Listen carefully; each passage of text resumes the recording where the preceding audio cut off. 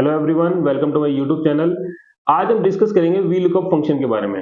V lookup function एक ऐसा search function है, एक ऐसा लुकअप फंक्शन है जो एक टेबल, एक रेंज या एक एरे में एक क्राइटेरिया बेस अगर आपको कुछ डिटेल फेच करानी है तो उसके लिए हमें यूज करना होता है वी लुकअप फंक्शन। और V lookup function, index, match, ये लुकअप फंक्शन का बहुत बड़ा रोल प्ले करते हैं। ये बहुत ज्यादा इंडस्ट्री में यूज होने वाले फंक्शन है। आज हम इसे एक बार डिटेल में डिस्कस करेंगे।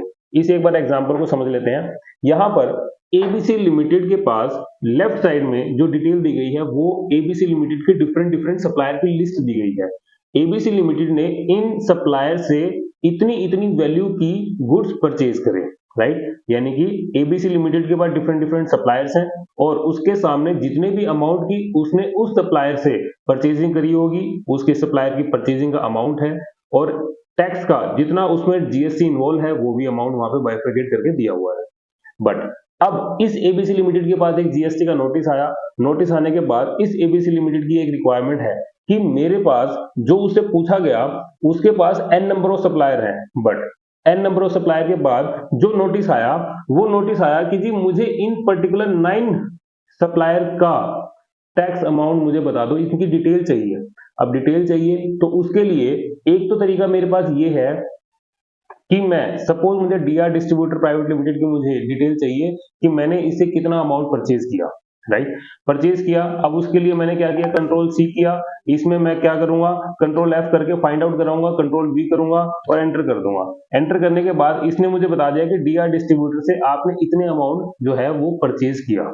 एक तो तरीका ये है कि इसे कॉपी करके मैं वहां पर पेस्ट कर दूं। बट अगर मेरे पास ये 9 सप्लायर की जगह अगर मेरे पास बहुत ज्यादा मतलब 90 सप्लायर्स हैं तो वहां पर मुझे यूज करना होगा वी लुकअप फंक्शन, राइट। हम अपने जो भी सर्चिंग करानी है उसे कंप्लीटली डायनेमिक करने की कोशिश करेंगे। तो चलिए फ्रेंड स्टार्ट करते हैं। यहां पर मुझे डीआर डिस्ट्रीब्यूटर को इस वाई कॉलम में सर्च कराना है। जहां पर इसकी सर्चिंग कंप्लीट हो जाए, जहां पर इसे डीआर डिस्ट्रीब्यूटर मिल जाए, उसके बाद जैसे ये डीआर डिस्ट्रीब्यूटर मिल गया, अब इस डीआर डिस्ट्रीब्यूटर मिलने के बाद इसके आगे जो वैल्यू लिखी गई है उस वैल्यू को वहां पर यानी कि इस वैल्यू को फैच करके वहां पर रिपोर्ट कर दे, राइट। अब उसके लिए मुझे क्या करना पड़ेगा, वी लुकअप फंक्शन यूज करना पड़ेगा। तो चलिए स्टार्ट करते हैं। वी लुकअप फंक्शन मैंने यहाँ पे स्टार्ट किया। स्टार्ट करने के बाद इसने फर्स्ट इनपुट पैरामीटर मेरे से क्या मांगा, लुकअप वैल्यू। क्या मुझे सर्च कराना है, मुझे क्या कराना है, डीआर डिस्ट्रीब्यूटर को सर्च कराना है। मैंने इसे सिलेक्ट किया और इसे अब मैंने कॉमा करके आगे बढ़ा। आगे बढ़ने के लिए अब इसने मुझसे सेकंड इनपुट पैरामीटर क्या मांगा, table array. Table array, table array वो टेबल एरे होगी जहां पर आपको ये डीआर डिस्ट्रीब्यूटर सर्च कराना है, राइट। सर्च कराने के बाद उसी टेबल एरे में वो कॉलम भी इंक्लूड होने चाहिए जहां पर सर्च कंप्लीट हो जाने के बाद आगे उस जिस कॉलम में से आपको फिगर पिक करानी है, राइट। अब मेरे केस में जो टेबल है, टेबल मतलब आप एक रेंज इसे ट्रीट कर सकते हो कि सपोज मैंने कहा जी इस वाली लेट सपोज मैं इसकी बात करता हूं। यहां पर इस टेबल में से डीआर डिस्ट्रीब्यूटर को सर्च करा दो। सर्च कराने के बाद लेट सपोज मैं कहता हूं इसमें मुझे टैक्सेबल वैल्यू मुझे मेरी रिक्वायरमेंट हो सकती है कि मैं टैक्सेबल वैल्यू मुझे चाहिए हो, या फिर मुझे आईजीएसटी की फिगर चाहिए हो, या मुझे सीजीएसटी की फिगर चाहिए हो। तो इस तरीके से मैं कंप्लीट एक टेबल एरे सिलेक्ट कर लूंगा। उसमें अगर एक कॉलम, 2 कॉलम, 4 कॉलम, 10 कॉलम अगर ऐड ऑन हो जाए तो भी उससे कोई फर्क नहीं पड़ेगा। लेकिन आपकी जहां पर रिक्वायरमेंट है, जहां तक आपको डिटेल सर्च कराने के बाद जहां तक आपको डिटेल फैच करनी पड़े, आप वहां पे कंप्लीट टेबल एरे का पार्ट उसे बना दीजिए। मेरे केस में मैं एक तो तरीका मेरे पास ये है कि मैं इस तरीके से यहां तक नीचे तक जाऊं और जहां पर मेरे पास ये डिटेल दी गई है उसे मैं सिलेक्ट कर लूं।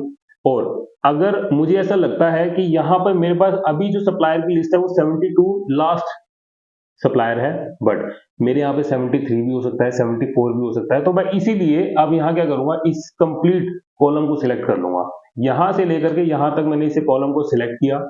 सिलेक्ट करने के बाद अब ऊपर देखते हैं, ये जो टेबल एरे है जहां पर Y2AC टोटल कंप्लीट मैंने यहाँ पे कॉलम सिलेक्ट कर लिया। सिलेक्ट करने के बाद सिंपली मैं इसे F4 प्रेस करूंगा क्योंकि ये जो टेबल एरे है, जहां पर मुझे अभी डीआर डिस्ट्रीब्यूटर सर्च कराना है, लेकिन जब मैं इस फॉर्मूले को कॉपी करके जब नीचे पेस्ट करूंगा जहां पर मुझे गगन एंटरप्राइज सिलेक्ट करना होगा, तो ये मेरा टेबल एरे बिल्कुल भी चेंज ना हो, राइट। इसी तरीके से जब मैं टैक्सेबल वैल्यू के बाद जब मैं आईजीएसटी में सर्च कराने लगूंगा तो भी मेरा टेबल एरे वहां पर चेंज ना हो। अभी इसे मैंने F4 प्रेस करने के बाद इसे कंप्लीटली लॉक कर दिया। अब कोमा कोमा फ्रेंड्स, जहां पर भी आप VLOOKUP फंक्शन यूज करेंगे, VLOOKUP फंक्शन यूज करने के लिए जब आप टेबल एरे सिलेक्ट करेंगे, वहां पर आपको सिर्फ एक चीज ध्यान रखनी है, जो भी आप लुक फॉर करा रहे हो, मेरे केस में डीआर डिस्ट्रीब्यूटर लुक फॉर करा रहा हूं, अब डीआर डिस्ट्रीब्यूटर जिस भी कॉलम में है वो आपकी टेबल एरे का फर्स्ट कॉलम होना चाहिए, ये चीज आपको ध्यान रखनी है। यानी जब मैंने ये टेबल एरे सिलेक्ट किया तो मैंने वाई कॉलम को फर्स्ट कॉलम रखा। मैं यहां पर अगर इस तरीके से सिलेक्ट करता, सपोज मैं यहां से टेबल एरे सिलेक्ट करता एक्स कॉलम से, तो मेरा ये VLOOKUP फंक्शन काम नहीं करता। यानी जिस भी इनपुट पैरामीटर को, जिस भी पैरामीटर को मैं सर्च कराना चाहता हूं, उस जो लुक फॉर कराना है वो मेरी टेबल एरे के फर्स्ट कॉलम में होना चाहिए, राइट। अब इसने मुझसे सेकंड चीज क्या मांगी, column index number. Column index number का मतलब ये हुआ कि आपको इस टेबल में से, जो टेबल कॉलम जहां पर 4 कॉलम है, 5 कॉलम है, Y Z A A A B A C, right. अब इसमें जहां पर भी ये वैल्यू सर्च हो जाए, उसके बाद जितने भी कॉलम है, अब इस टेबल में कॉलम क्या बने, Y Z, इस तरीके से।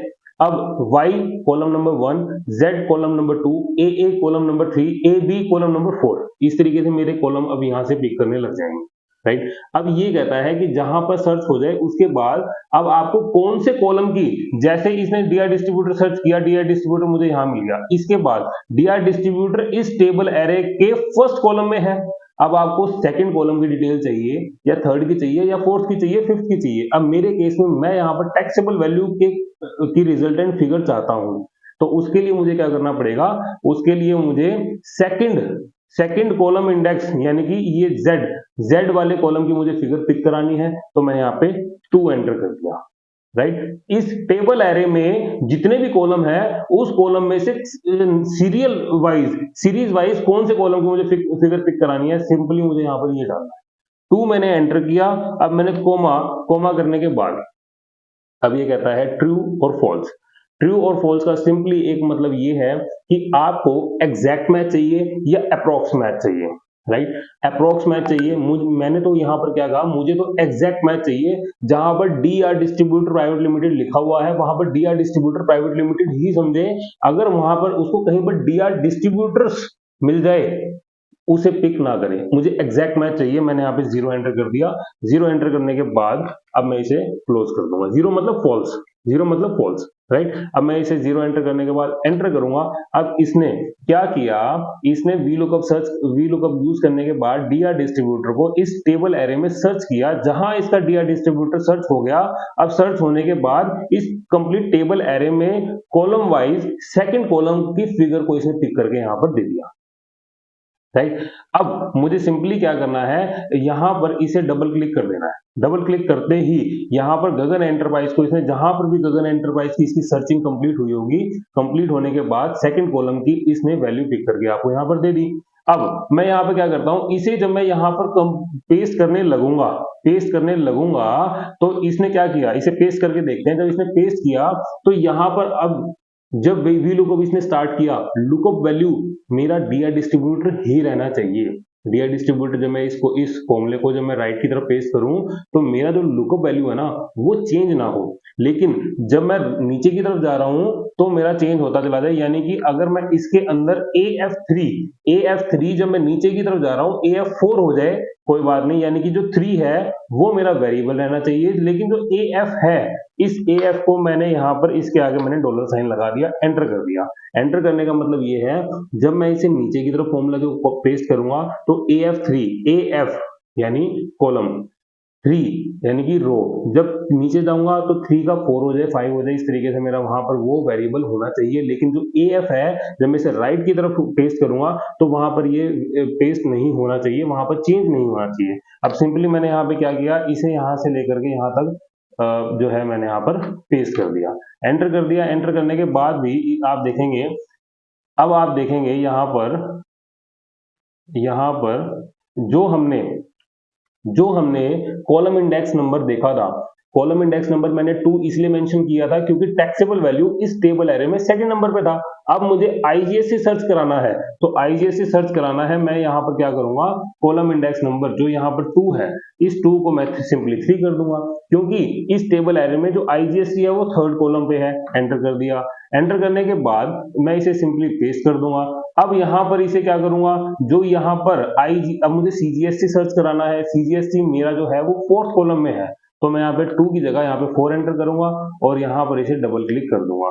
इसी तरीके से यहाँ पर मैं क्या करूंगा, 5 एंटर करूंगा और 5 एंटर करूंगा और यहाँ पर मैं इसे सिंपली जो है वो डबल क्लिक कर दूंगा। अब मेरी रिजल्टेंट फिगर आ गई। यानी एक पर्टिकुलर टेबल में, रेंज में, अगर मुझे एक क्राइटेरिया बेस, कोई एक कंडीशन बेस, कोई एक वैल्यू बेस अगर मुझे सर्चिंग करानी है, तो वहां पर मुझे वीलुकअप यूज करना है।